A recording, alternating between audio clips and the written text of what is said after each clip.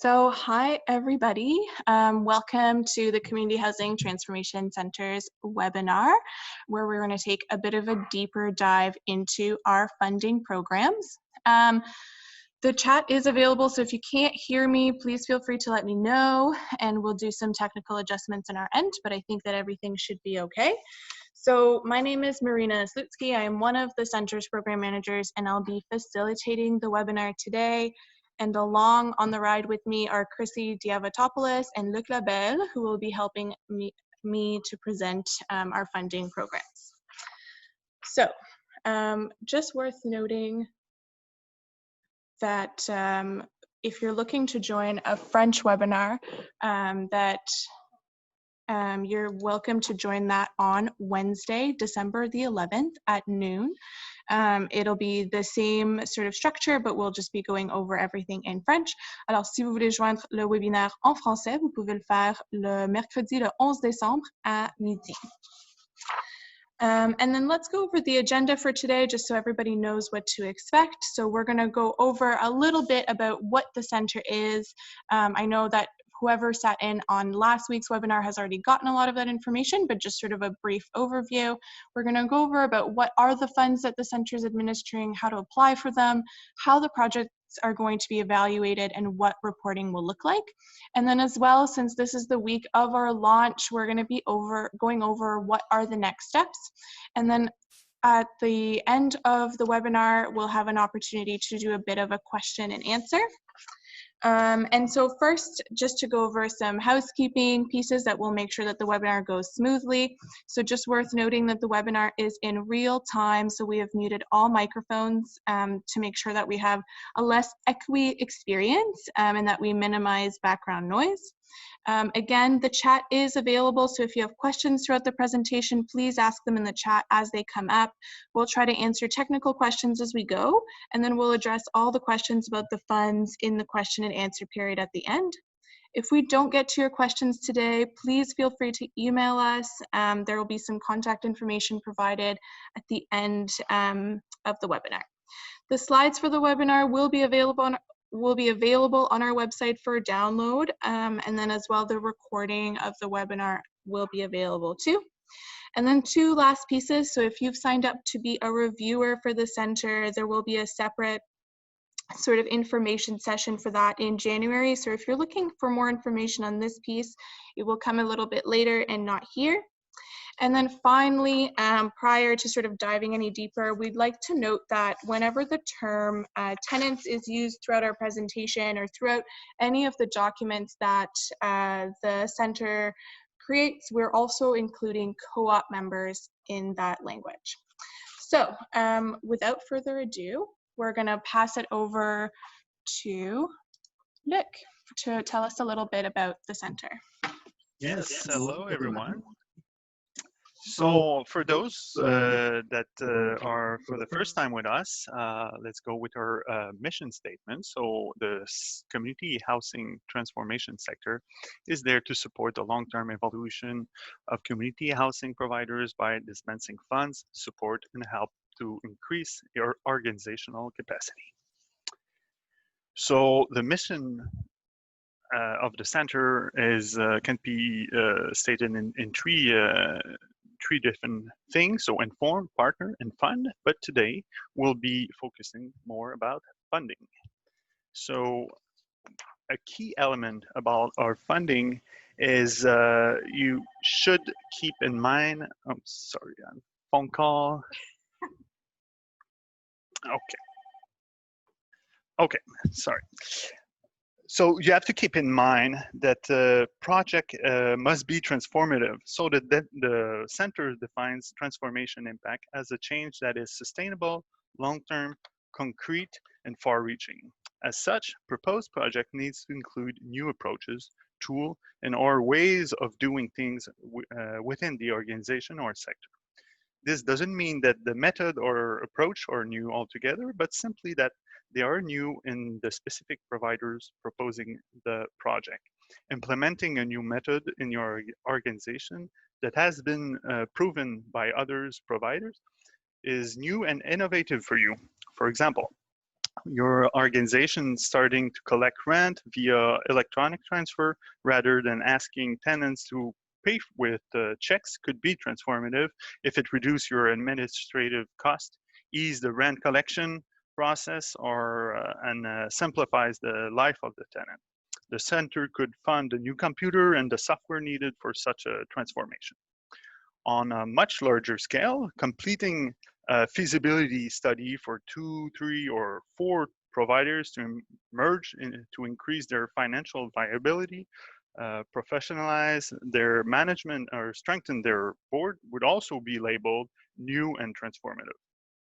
On a sectoral level now, setting up a centralized technical resource center for, let's say, a province, a region, or even a large city would help dozens of housing providers to elaborate plans for growth and scale up the organizational capacities of the sector. So those are only a few examples, but if you struggle on this transformative aspect for your own project, feel free to call us or email us. We'll be happy to help you point out what are the transformative aspects in your project. And now let's go to the center's priority area. Those areas must, at least one of them, must be answered by the project that is brought forward by you. So let's go through that. First one, reducing the center's environmental footprint, answering to gaps in service for Indigenous communities, supporting innovative and sustainable business practices, increasing social inclusion and community engagement, and facilitating growth of the community housing sector. Now Okay, let's yeah, perfect. Thank you, Luc. So now we're gonna go over to Chrissy to tell us a little bit more about the funds. So we have 2 funds that the center is administering. Obviously the Community-Based Tenant Initiative Fund and the Sector Transformation Fund. And so we'll start with Chrissy telling us a little bit more about the CBTI. Hi everyone, welcome to the webinar. And so for CBTI, there is $10 million that has been allocated to this specific fund from now until 2024. And so let's look at the funding objectives specifically for CBTI. So your project proposals have to fall under at least one of these funding objectives. The first is to increase, promote access to information. The second is to build capacity around housing decisions and responsibilities. And the third is to increase participation in housing-related decisions and projects. And so these objectives, as you can see, are quite broad for the fund and allow for a broad spectrum of activities under CBTI. And now let's move on to who is eligible to apply for the fund. You will have to be either a community nonprofit organization that works with tenants, a tenant association, a community housing provider, so that is either a nonprofit, a social housing, and or a co-op housing provider, or a sector service provider. What we mean by a sector service provider are basically larger regional, provincial, national associations or networks that work on behalf of their members. So examples could be the Co-op Housing Federation of BC, the Réseau Québécois des OSBL d'habitation in Quebec, the Federation of Metro Tenancies Association in Ontario. So those we would consider to be a sector service provider. So all project proposals have to fall under at least one of our funding objectives for CBTI, which are the 3 that I just mentioned, and of course at least one of the center's priority areas. So Luc previously just mentioned our center's priority areas, reducing environmental footprint, increasing social inclusion and community engagement, etc. So all project ideas have to fall under at least one of the center's priority areas and at least under one of the program-specific, the fund-specific funding objectives. Projects must be completed by 2024. and the amount requested cannot exceed $150,000 for the CBTI fund. If you have an idea for a project that is larger in scale and scope, and you believe that you would need more than $150,000, and so we would encourage you to contact us, and we would see how your project could possibly fit under the Sector Transformation Fund, which Luc will talk about. So now, these are just ideas or types of activities that could be covered under CBTI. So raising public awareness of tenant issues, providing information and awareness on tenant rights and responsibilities, advancing knowledge of improved housing options, improving financial literacy and capacity related to housing, increasing meaningful tenant participation and influence on housing decisions and projects that affect them, and in defining services, and acknowledging and integrating Indigenous knowledge. So now let's look at some examples of projects. Of course, these are simply examples. You shouldn't feel limited to these examples. We're just mentioning them for reference. So conducting a pilot project to bring information around tenant rights from a local nonprofit organization to vulnerable tenants. Redefining selection policies for your unit allocation to ensure equity amongst tenants. Training for board members as to initiate tenant engagement and representation on the board, so around governance. So things that we do not fund under CBTI. So construction and renovation activities, fees related to legal or administrative actions, individual assistance in accessing housing, activities not supporting the priority areas which we've mentioned, expenses for activities carried out prior to the center's written approval for funding, activities that are not new or transformative to the organization or to the sector.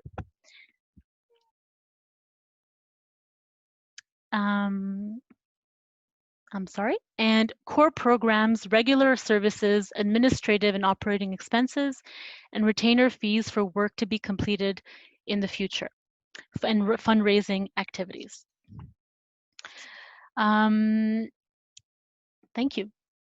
Okay, great. So actually, thank you, Chrissy. And then we'll move on to hearing from Luc around more information around the Sector Transformation Fund and then the two streams. Great, thank you. So like we mentioned previously, there's those streams, so local project stream and sectoral impact stream. So those two do share some common objective on which your project needs to answer to, at least one of them. So leveraging existing funding, lead to the sector to reduce its environmental footprint, encourage housing initiative for Indigenous people, develop tools and make them more accessible, support sectoral consolidation and other partnership, reinforce organizational capacity, enhance sector resilience, identify and fill sectoral gaps in housing services, and engage community. So we move on to the eligibility requirements. So for the two streams, on this also they share eligibility requirements. So it should come from a community housing provider or sectoral service provider. It does need to meet our objective, the programming objective, also priority area, like mentioned before, and be completed by 2028. So it's a longer program on this side. For local project, we basically are looking for projects that aim at local community, so more restrict field of impact, and at a maximum of $150,000. And for sectoral impact, well, basically it's a larger project or further reaching impact on those projects. It should benefit the community housing sector as a whole for either a province or area, region, or a larger city. And there's no maximum amount for this funding. And now let's move to types of activities. So on both sides, we are looking for new resources, knowledge, innovation, partnership, something that is there to increase potential of cumulative impact on the sector, on the community housing sector. Exploring new business models, all sorts of merger or partnership activities, consolidation, mutualization, and other types of transformative initiative maybe that we haven't yet think about, but you do on your side, and we can't wait to hear about that. If we now look on more local project types of activities, we can think of different project touching the environmental sustainability, so better energy management practices, share car program for tenants and staff, or carbon footprint reduction. That's one of the main activity that we hope that we will be answering to, is to provide fund for service responding to identified gaps in local housing services. You can also bring forward a project on community engagement, training, and all sorts of assessment for your organization on either on governance, financial, the structure itself, and develop tools also for your own project or your own organization. On the sector impact stream, so all sorts of communication tool about environmental sustainability practices, or bring more awareness to the sector on that issue. Explore new financial models, new pilot project or initiative that would build sectoral capacity, development of monitoring tools and data collection, development of services ensuring to identify gaps in services for a larger area, since we're still on the subject of gaps in services on this impact stream. Of course, it would be it has to have a wider impact, and development of tools to benefit the sector. So those are types of activity we wish to cover, to fund. And for what we don't fund, I won't go through that again. Chrissy already mentioned it. It's pretty much the same as on the CBTI, but just to remind you, we don't fund construction or renovation, neither regular services. So it has to be new or transformative. Okay, thank you, Luc. So right now we're going to jump into how to apply for the fund. So go a bit into the nitty gritty of the actual application piece. And so we'll go back to Chrissy on that.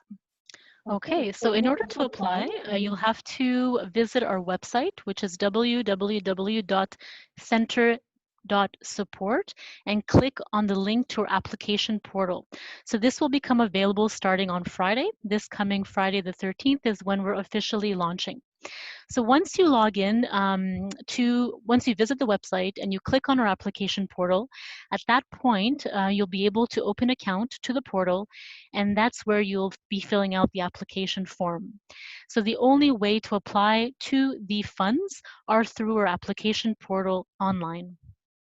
One thing to mention that's important is that once you create an account and you log in and you start the application, you will have some time to complete it. You don't have to complete it that very moment. You can save the application and come back to it as needed. So on the left-hand side here, the image, this is what it's going to look like. So this is just to give you an idea. So you'll be able to create an account, create a username and password, and log into the portal. And the next image is what it looks like once you're on the inside. You'll click on Explore Grant Opportunities, click on the actual fund that you want to apply to, and this is where you'll be filling out the application. So this is what the application form is going to look like visually. It's separated under different tabs, and those tabs are basically different categories of the application form.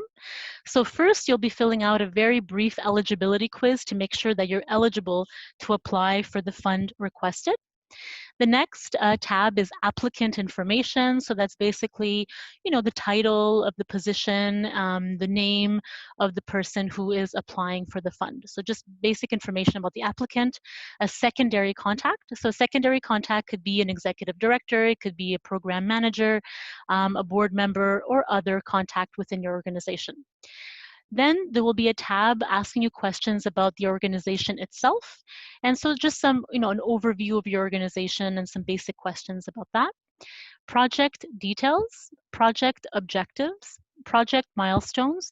The milestones are actually, it's a timeline and activities, a budget, collaborators, and attachment tab where you'll be able to attach any supporting documentation. I'm not going to go over every single question under every tab, but there are two tabs that I think are really important, and I will just briefly go over them. So one of them is the project objectives tab. So under that tab, you'll be able to select the objective, the funding objective that your project falls under. So this is an example for CBTI, the Community-Based Tenant Initiative Fund. As you can see on the left-hand side, there are 3 program objectives.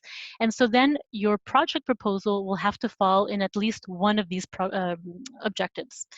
And so once you've selected that, then you'll write the identified needs of your project. So what needs do you hope to meet? What are the needs that you've identified that are necessary? So what needs do you hope to meet? What gaps are you trying to fill? What difference do you hope to make? So these are the identified needs.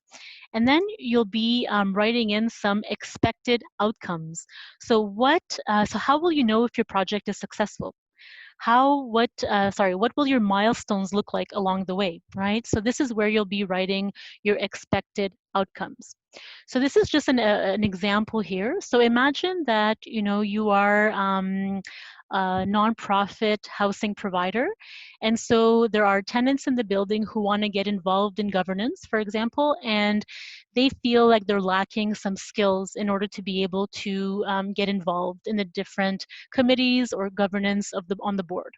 And so you've done a needs assessment, you've discussed this with your tenants, and you've seen that there is a need for skills building. And so those are examples of identified needs. Skill building for members. You've identified a need for a training manual, and you've identified needs for training and support for the members offered by a consultant. Now, expected outcomes. What do you hope, so how will success look like? What will your milestones be? So these are the expected outcomes. So, after you've done this training, you've done a satisfaction survey, and you've seen that there's been reported increase in skills, increase in participation in governance activities over time, increase in tenant participation from vulnerable communities or underrepresented groups. So this is what you would identify as your expected outcomes. So this is important because once you fill this out in the application form, it's going to help us better understand your project, the needs that you're trying to meet, and the expected outcomes. And this will then be also used in reporting and further reporting for your progress and final reports. The next tab that I want to mention are the project milestones. So that is basically a timeline. So we've divided the project under 3 phases: the planning initiation stage of the project, the execution stage of the project, and the closure stage of the project. And so simply what you'll have to do here is the expected start and end dates of each of these stages and the primary activities. So all the activities that would fall under these stages of the project. Now, applying for the funds. Along with the completed application form, which you'll complete on our portal, projects that are submitted must also include some documents according to the scale of the grant requested. So if your project falls under $25,000, the only thing that we'll be asking you are 2 references. If the project falls under, between 25,000 and right under 50,000, we'll be asking you to upload your latest financial statement and 1 reference letter. If your projects fall between 50 and right under 100,000, again, we'll be asking you for your latest financial statement and the upload of 2 reference letters. And if your project is asking for over $100,000, we'll be asking you for your latest financial statement, including 3 reference letters.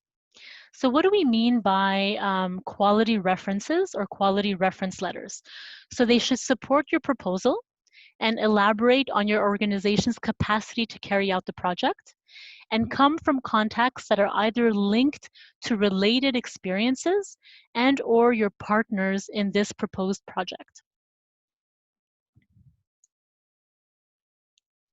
Okay, thank you so much, Chrissy.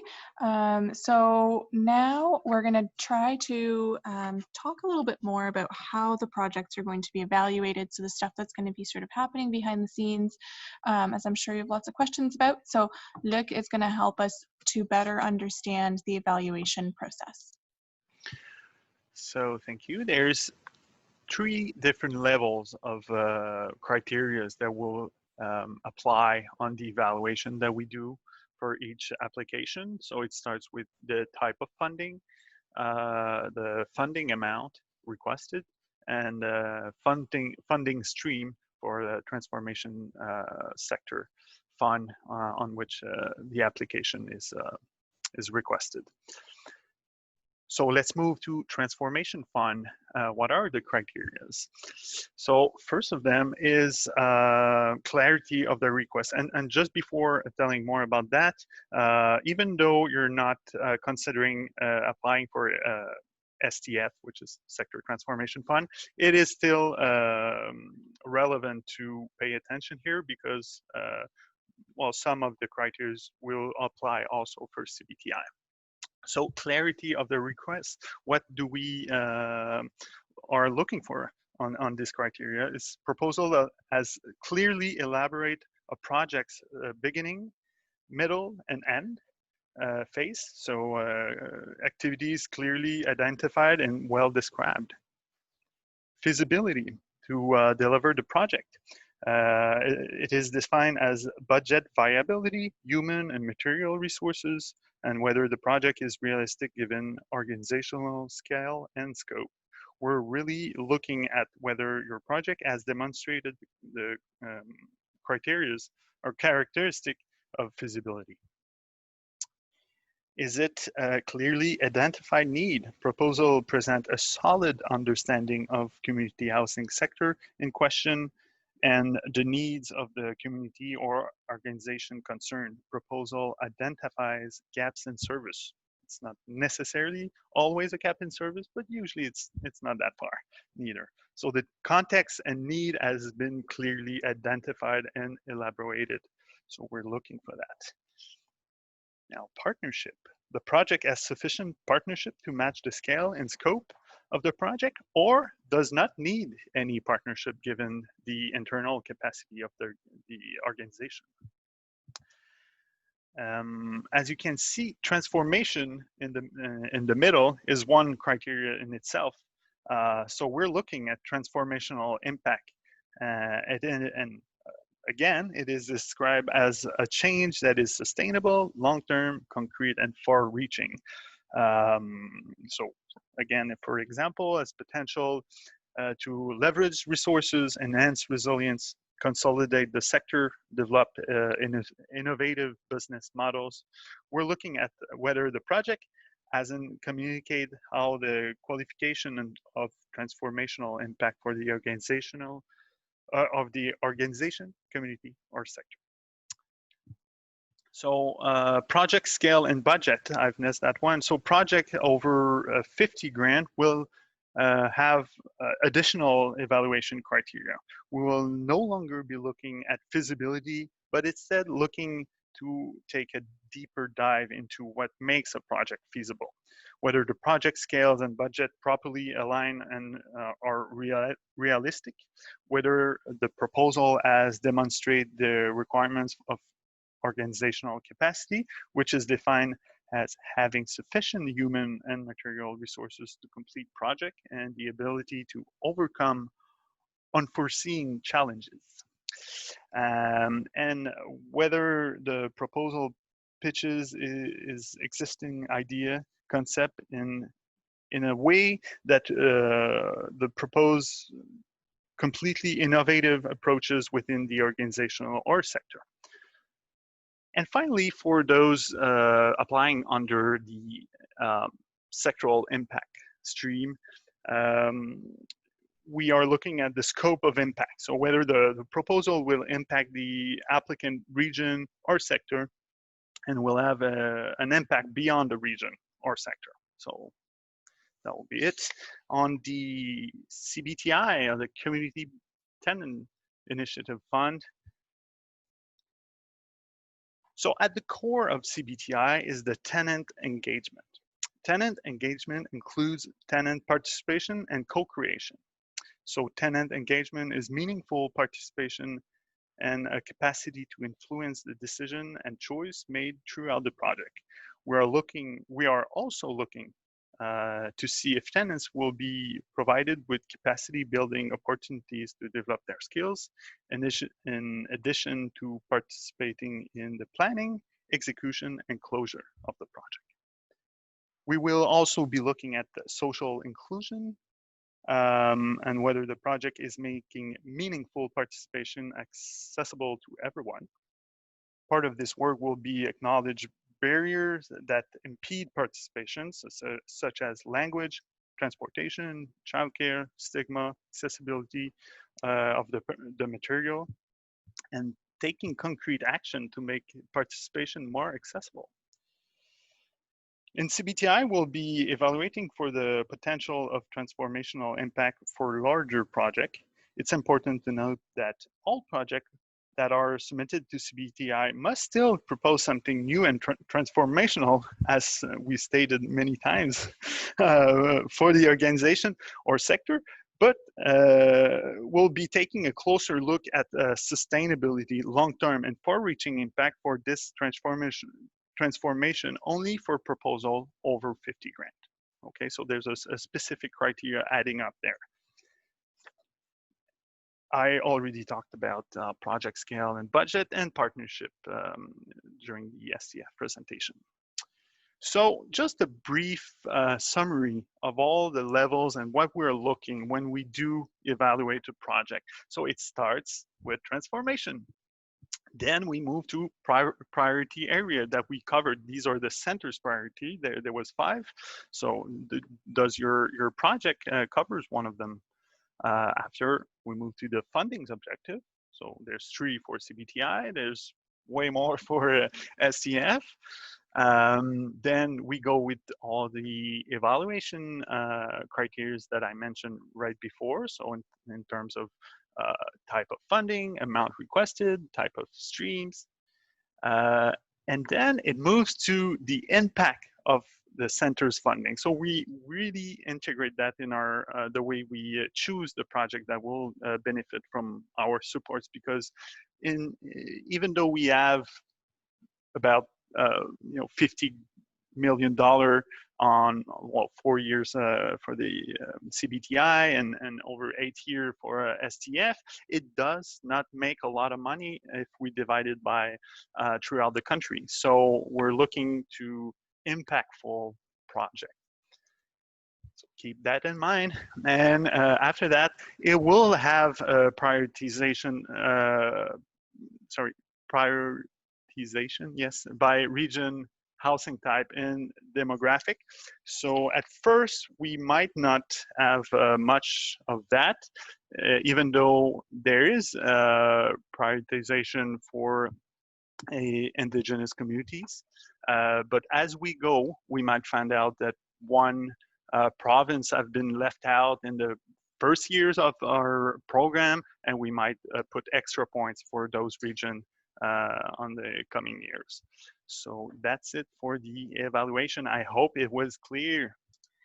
Thank you, Luc. A lot of information there. So if you guys have any questions, please feel free to send them to us through our chat and we'll try to get to them at the end. So next, we'll be going on to talk a little bit more about what reporting will look like. And so we're gonna talk about that with Chrissy. And hold on, give me 1 second. Okay, Chrissy, you're up. Okay, thanks. And so accepted projects will have to provide some reporting. Some will only need to provide a final report, and some will also need to provide a progress report and a final report. And so let's just go over that briefly. So if your project is less than $50,000 and under a year, you'll only be asked to provide a final report at the end of the project. And we'll also be touching base with you at the halfway mark through just general telephone conversation to make sure that everything is running smoothly.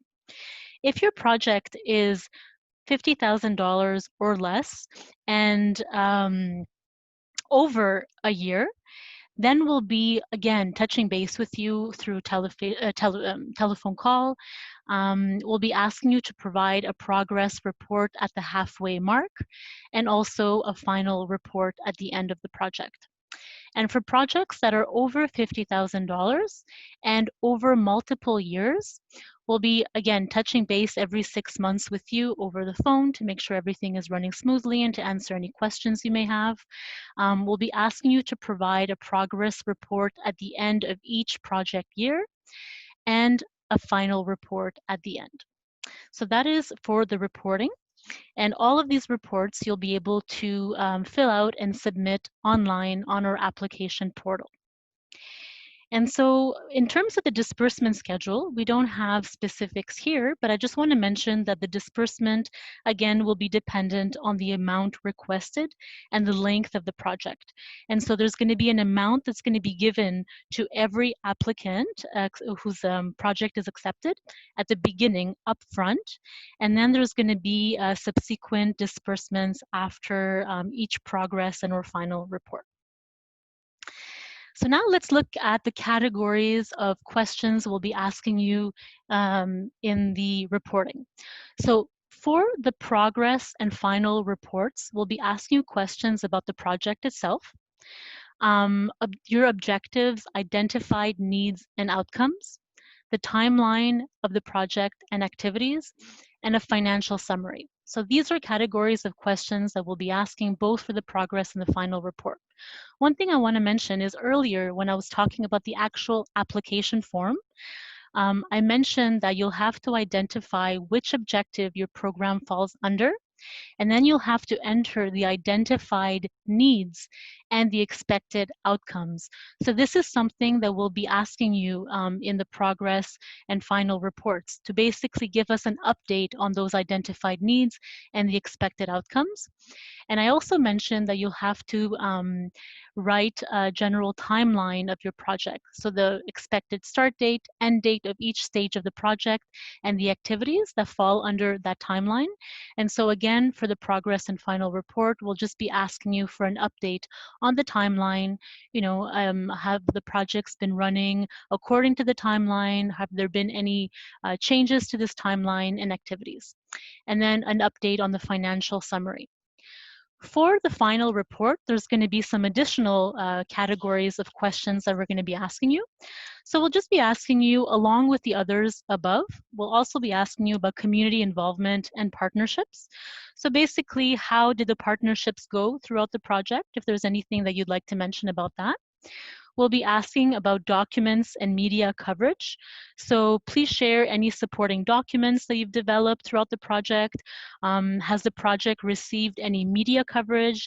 And if so, it'd be great if you could, you know, attach any articles or any of the media coverage that you've been mentioned in. We'll be also asking you some questions about lessons learned and long-term impact. So just, you know, general questions, for example, to describe lessons learned throughout the project that you'd like to share. If there's been any unanticipated results of the projects that you didn't plan for. If possible, it'd be great if you could share a testimonial or a success story that illustrates the success of the story of the project. And so these are the types of questions that we'll be asking under lessons learned and long-term impact. And finally, there's going to be a category of knowledge transfer. And so in the application form, one question that we'll be asking you is if you would like to share the knowledge learned throughout the project and how you're planning on doing so. And so in the final report, we'll be asking you about this knowledge transfer, how are things going, and if you would require any support in terms of sharing the knowledge learned throughout this project. And so these are the things that we'll be asking you in the progress and final reports. Okay, thank you so much, Chrissy. So if anyone has any questions about the reporting and the disbursement piece, please feel free to send them along. And then finally, for our sort of last section before we move on to our question and answer period, is the next steps. So we know that we are in our launch week, so there's going to be a lot of documents coming out and lots of opportunities to get information. And so Luc is going to walk us through what kind of useful documents are going to be coming out and sort of what are the next steps. Great, useful documents. So yeah, like Marina said, look on their website in the coming days. It will be available. So a useful checklist of what you should have been doing before applying. So reading all the documents, our website, going through our inventory of services to see if the service you're proposing already exists in your area and that sort of things. So the checklist, all the PDFs for the application forms, but also models for reporting will be accessible to make sure that you know what we expect of you at the end of the project or during the process. So we don't want to hide anything. So like I said, report in PDF, a useful Q&A made by our team and feeded by all your questions you've been asking us so far. And I'm sure that it will be there will be more questions and answers added as we go.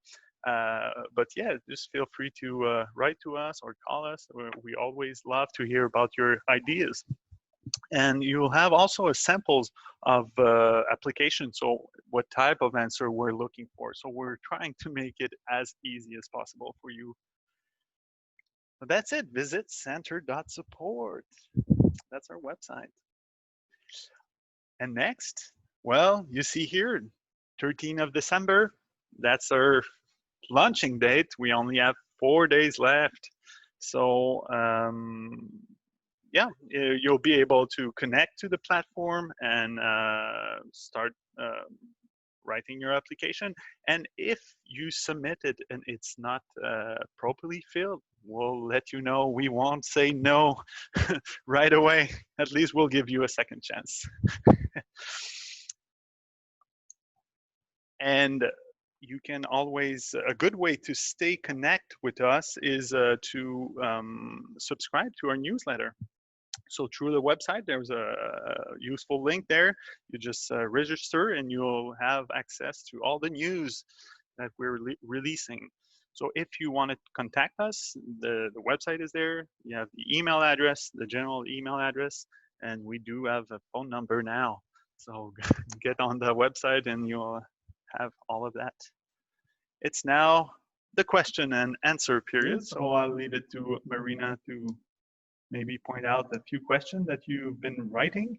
If you do have questions and you haven't written it, it's time. Okay, excellent. Thank you so much, guys. So hopefully this has been an informative session, but we have ended sort of with enough time to do a bit of a question and answer. So feel free to send your questions along. But we'll start with, we'll start with the questions that have been coming in. So can a multi-service community organization that also provides housing apply for the Sector Transformation Fund? Is my mic on? No. Okay, go ahead. Sorry. Okay, now Luc's that mic I'm wasn't actually unmuted, on. I can answer to that question. So, well, as I see it, it wouldn't be a problem as long as the project concerns housing, that is housing related.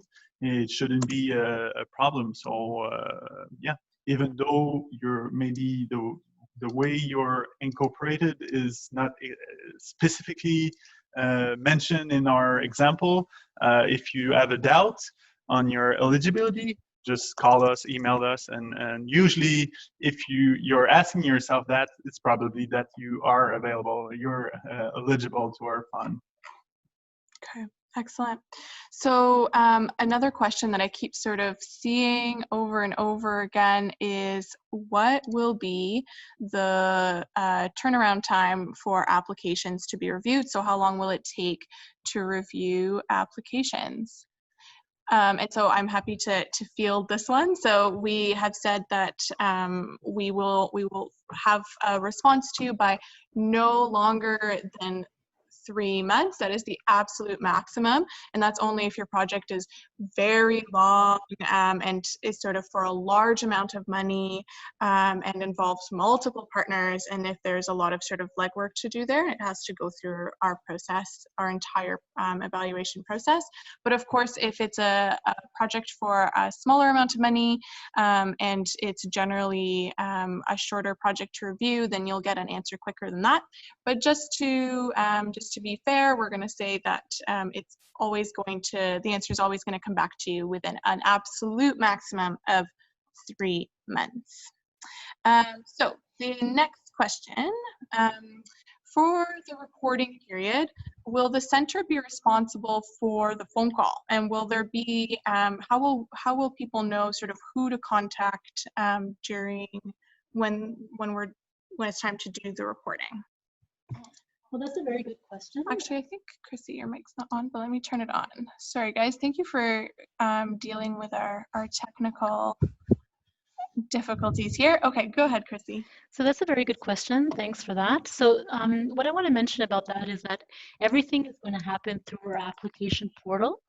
And so there's going to be prompts that are going to basically inform us as to when it's time to do the reporting.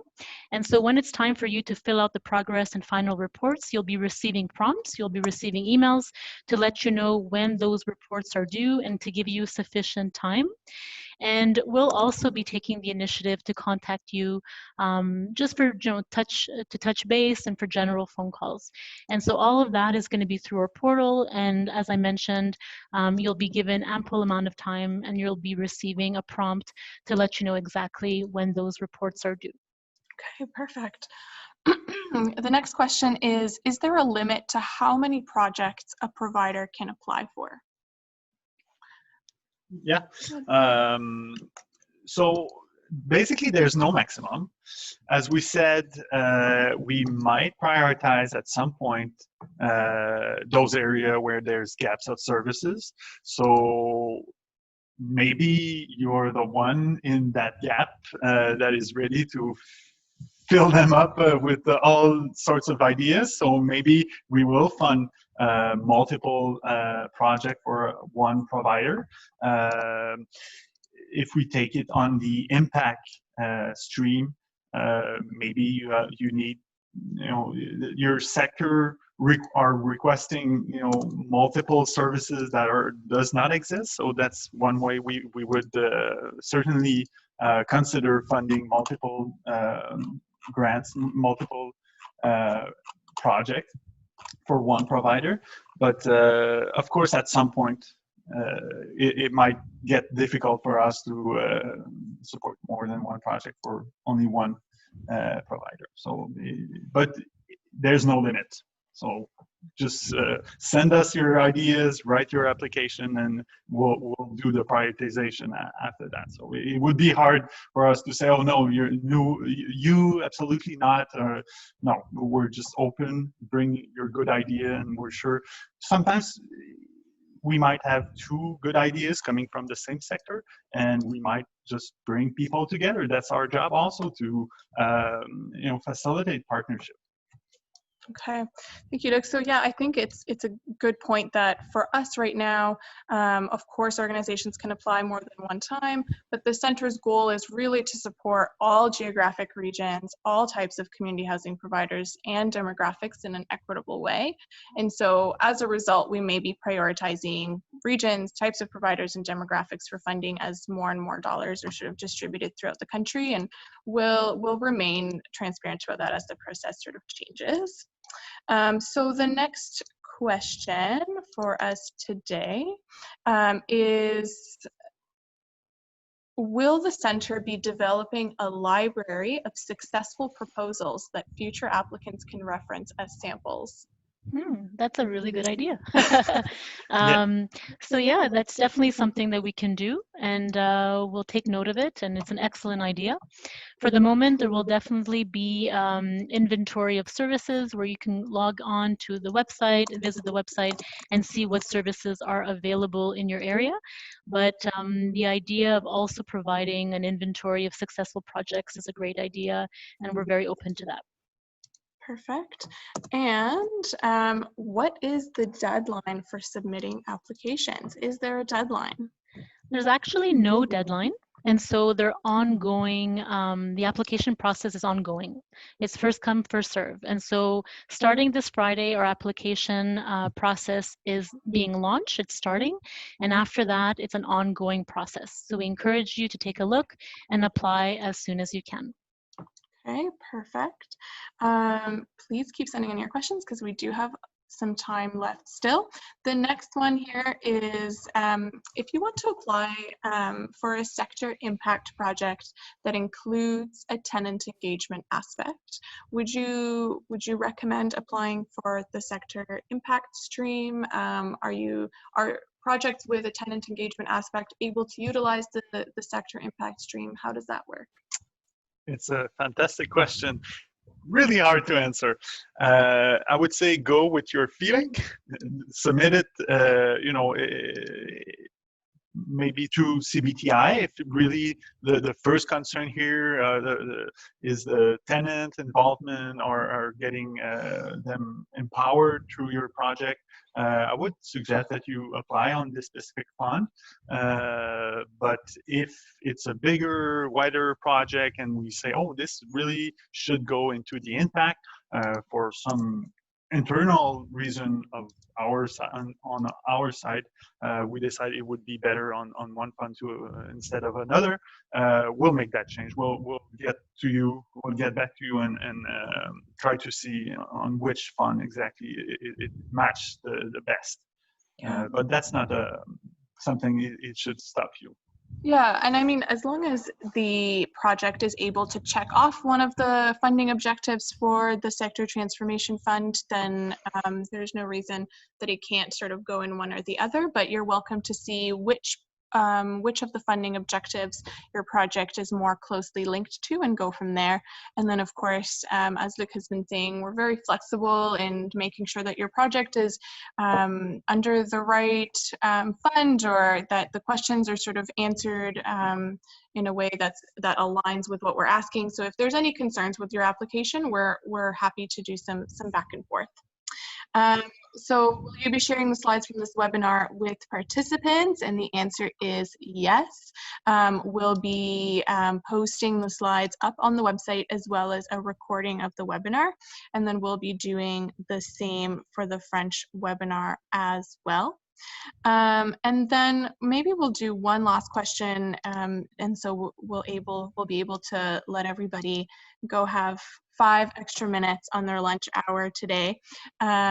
So are you able, sorry, I'm just gonna reword this, but what kind of projects are currently prioritized by the center? Do you prioritize projects that already are getting sort of any kind of funding? Do you prioritize projects that are already supported by the province? Or do you prioritize projects that are already sort of have great partnerships that are set up? So what kind of projects are you currently prioritizing?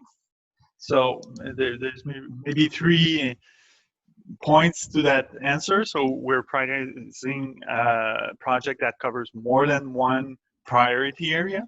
So usually, in our perspective, it makes a better project. Project that include large partnership, multiple partners within the project, and the other. Yeah, I mean, yeah, I think the fact that Oh, whether sorry, no, sorry, gaps go of ahead. Okay. services, gaps of services. Yes. So at this point in time, we are prioritizing, of course, projects that check off our priority areas. I mean, that's sort of a non-negotiable piece. Projects that have, you know, great partnerships are always really important to us. And then I think the gaps in service, we really want to make sure that all the projects are responding to a specific need. And then finally, we are prioritizing projects that respond to gaps in service for Indigenous populations. So that's something that we are doing right off the bat, as we've identified reconciliation with Indigenous people as one of our priorities set by the center. And so that is one of the pieces of prioritization that we'll be doing sort of right from the get-go. Yeah, and also the environmental sustainability and reducing environmental footprint does have bonus points so far in the prioritization. So it's good to mention. It might be hard sometimes to include that or think of a project that really fits that is transformative. But I think as soon as you have a good idea on this aspect, it's pretty much transformative on what we are, the stage we are now, and what we're looking for. Okay, awesome. And so just worth noting that all the information, and as kind of our funding prioritization pieces develop, you'll be able to find everything on our website, which is center.support. And if you are able to sign up to our newsletter there, you'll be getting all the information as we have it. All of the information is there as well. If you haven't signed up yet to be a reviewer for the center, if that's something that you're interested in to support the funding allocation process, you're also able to do that on our website. If you have any questions, the email I think was provided to you earlier, but info@center.support. And I think that we're going to go ahead and wrap it up for today, just because we're right near the end of our time. But thank you everybody for joining us today, and we hope it was informative. If there's anything else that we can answer for you, please don't hesitate to get in touch. And enjoy the last 4 minutes of your lunchtime today. Thank you so much, and take care. Thank you.